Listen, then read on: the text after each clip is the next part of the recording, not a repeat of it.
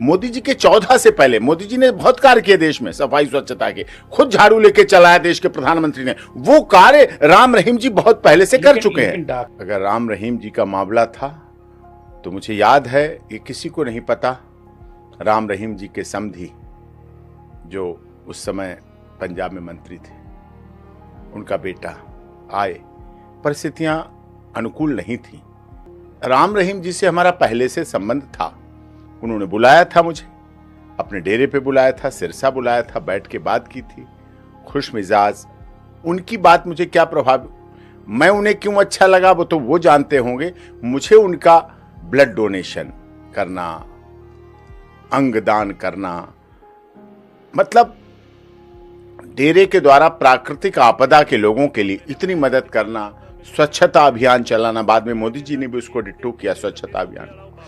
जिस शहर में जाते डेरा सच्चा सौदा के राम रहीम जी, वहां पहले सफाई करवाते, 1 दिन 2 दिन पूरा शहर साफ हो जाता, नाली नाले, सड़कें, रोड, कूड़ा घर, सब कुछ। ऐसी ऐसी उनके आदेश पर या उनकी प्रार्थना पर या उनकी सेवा भाव के तहत जिनके हाथों की मेहंदी नहीं छुटी होती थी, वो महिलाएं इतने इतने नाले में खड़ी होती और गादा निकालती और साफ करके बस उसका सत्संग होता। और उनकी एक शिक्षा थी कि अपने घर को साफ करो, शहर को साफ करो। स्वच्छता अभियान उन्होंने चलाया हरिद्वार। जी, गुरुजी की वजह से हमें एक चांस मिला है कि हम लोग सोसाइटी को भी इक्वली उतना ही दे सके जितना हम अपने घर में सफाई रखते हैं। तो this is a chance for us, we are doing it. अच्छा, जैसे कि आप देख रहे हैं, आप ये इतनी नाली में इतनी बदबू आ रही है और इतनी गंदगी में आप हाथ दे रहे हैं, तो आपको ऐसा लगता है कभी आपका एलर्जी हो जाए, कोई ऐसी बीमारी हो सकती है? ट्रुथ, मेरे को ऑलरेडी एलर्जी है। मैं यहाँ पर आई इसलिए ताकि मेरी एलर्जी चली जाए। ब्लड, ये डॉक्टर एपी सिंह साहब पहली बार सुन रहा हूँ आपकी मुंह जुबानी। हाँ, ये किसी को नहीं पता। जो राम रहीम सजाए याफ्ता मुजरिम हैं, जी, जिन पे अपनी ही बेटी के साथ शारीरिक संबंध बनाने तक के आरोप लगे, बदनाम हुए, उन पे अपने आश्रम में रहने वाली साध्वियों का यौन शोषण करने के आरोप लगे, वो राम रहीम आप बता रहे हैं कि वो जीबी रोड पे आए दिल्ली के पूरी तरह से झूठ थे। ये आरोप जो लगाए गए केवल डेरा को हड़पने के लिए। एक खट्टा सिंह करके व्यक्ति थे, वो चाहते थे सारी रियासत विरासत को डेरे की, जो शाह सतनाम जी ने दी थी उन्हें, और शाह सतनाम जी ने उन्हें चुन के दी। वो तो एक शिष्य की तरह आए, लेकिन उन्हें सौंपा और उन्होंने डेरे को बहुत ऊंचाई पे लेके गए। दुनिया के विभिन्न कोनों में कोई नहीं जानता, सबको वो फिल्में दिख रही जो फिल्में बनाई गई हनीप्रीत बहन के साथ। हनीप्रीत जी ने भी इतने 100 से अधिक मानवता भलाई के कार्य डेरे में चलवाए और स्कूल, कॉलेज, सब कुछ खोला। तो डॉक्टर साहब, इतना साधु मन सन्यासी, रेप, बलात्कार, हत्या, अपनी ही कथित बेटी के साथ यौन संबंध रखना, ये सब में कहां उलझ गए राम रहीम? ये सब झूठे आरोप थे, मनगढ़ंत थे, साजिश थी और राजनीतिक, और उनके डेरे को हड़पने के लिए ऐसा किया गया था। क्योंकि डेरे के आश्रम चाहे दिल्ली हो, चाहे हरियाणा में हो, चाहे मेरठ में हो, बहुत आश्रम खुले, मतलब बहुत नामजान केंद्र खुले। यानी कि हरियाणा और पंजाब में जो डेरों की जंग है, जैसे पहलवानों अखाड़ों की, बिल्कुल उसी तरह से कबड्डी के पहलवानों, बस जलन, ईर्ष्या, और इसका परिणाम था कि परम पूज्य संत राम रहीम जी को इतने झूठे आरोपों में लगाया गया।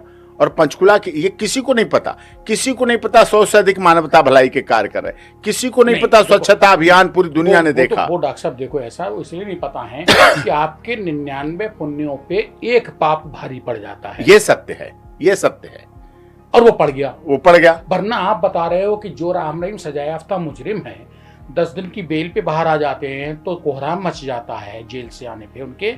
वो राम रहीम जीबी रोड जैसे रेड लाइट एरिया के दिल्ली से लड़कियों को ले, कोई नहीं सोच सकता, लड़कियों को ले गए, उनका इलाज कराया और उनको अपने उन्हें शाही बेटी का नाम दिया, अपनी बेटी का नाम दिया, और अपने जो भक्त थे, फॉलोअर थे, अनुयायी थे, उनके साथ विवाह करा के उनका अच्छा घर बसाया और पूरा दान दहेज करके विदा की। और उस विदाई में खुद राम रहीम जी और बहन हनीप्रीत के आंखों के आंसू नहीं रुके थे। सबको पता है। लेकिन डॉक्टर साहब कहते हैं कि जीबी रोड या जैसे कोई भी देश का रेड लाइट एरिया हो, उससे तो लड़कियों का निकाल के लाना समंदर तैर के पार करना। हाँ, हम लोग थे, एसीपी थी वहां की, एसीपी उस इलाके की वो थी, एसएचओ थे, सब कुछ वहां लग के पूरा सारा कार्य किया गया। और वो बेटियां भी क्योंकि बेटी तो थी कहीं की, आई हैं किसी मजबूरी, बस बेच दी गई धन के अभाव में, मजबूरी में उन्हें लड़के ले आए, प्यार में लाके फंसा के कैसे कैसे उनका जीवन, लेकिन उसको उस कोठे पे उसको संभाला।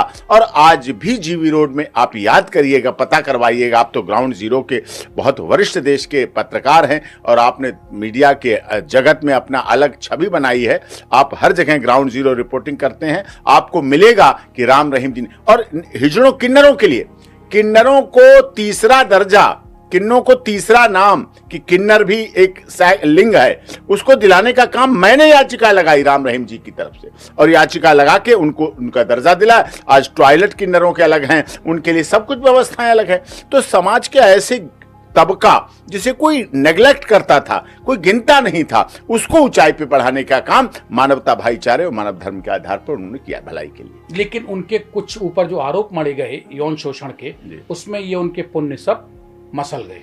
मसल नहीं गए, कुछ दब गए।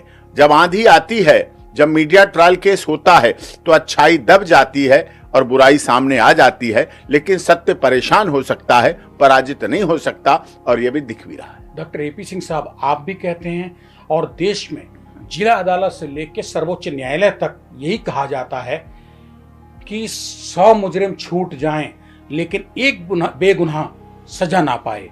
राम रहीम के मामले में तो उल्टा हो गया, उनके 99 पुण्य जो थे वो दब गए और 1-2 पाप उछल गए। पाप भी नहीं था, दिखावा था, झूठा था, मनगढ़ंत थी, साजिश थी। उन्होंने कभी किसी को ऐसा नहीं किया, बिल्कुल मानवता, भाईचारा, भलाई और उसके लिए कार्य किया। आप ये कहना चाहते हैं कि आपके मुवक्किल रहे इसलिए आप ये बात कह रहे हैं, या एक आम नागरिक की तरह कह रहे हैं कि सुप्रीम कोर्ट तक आखिर चूक कैसे हो गई, एक बेकसूर आदमी सजायाफ्ता मुजरिम में कन्वर्ट हो गया? देखिए, वर्ल्ड गिनीज बुक तो मेरी नहीं है, वर्ल्ड गिनीज बुक ने उन्हें सम्मान दिया। वर्ल्ड गिनीज बुक ने रिकॉर्ड में है सबसे अधिक स्वच्छता का कार्य, हरिद्वार की सफाई हो, गंगा की सफाई हो,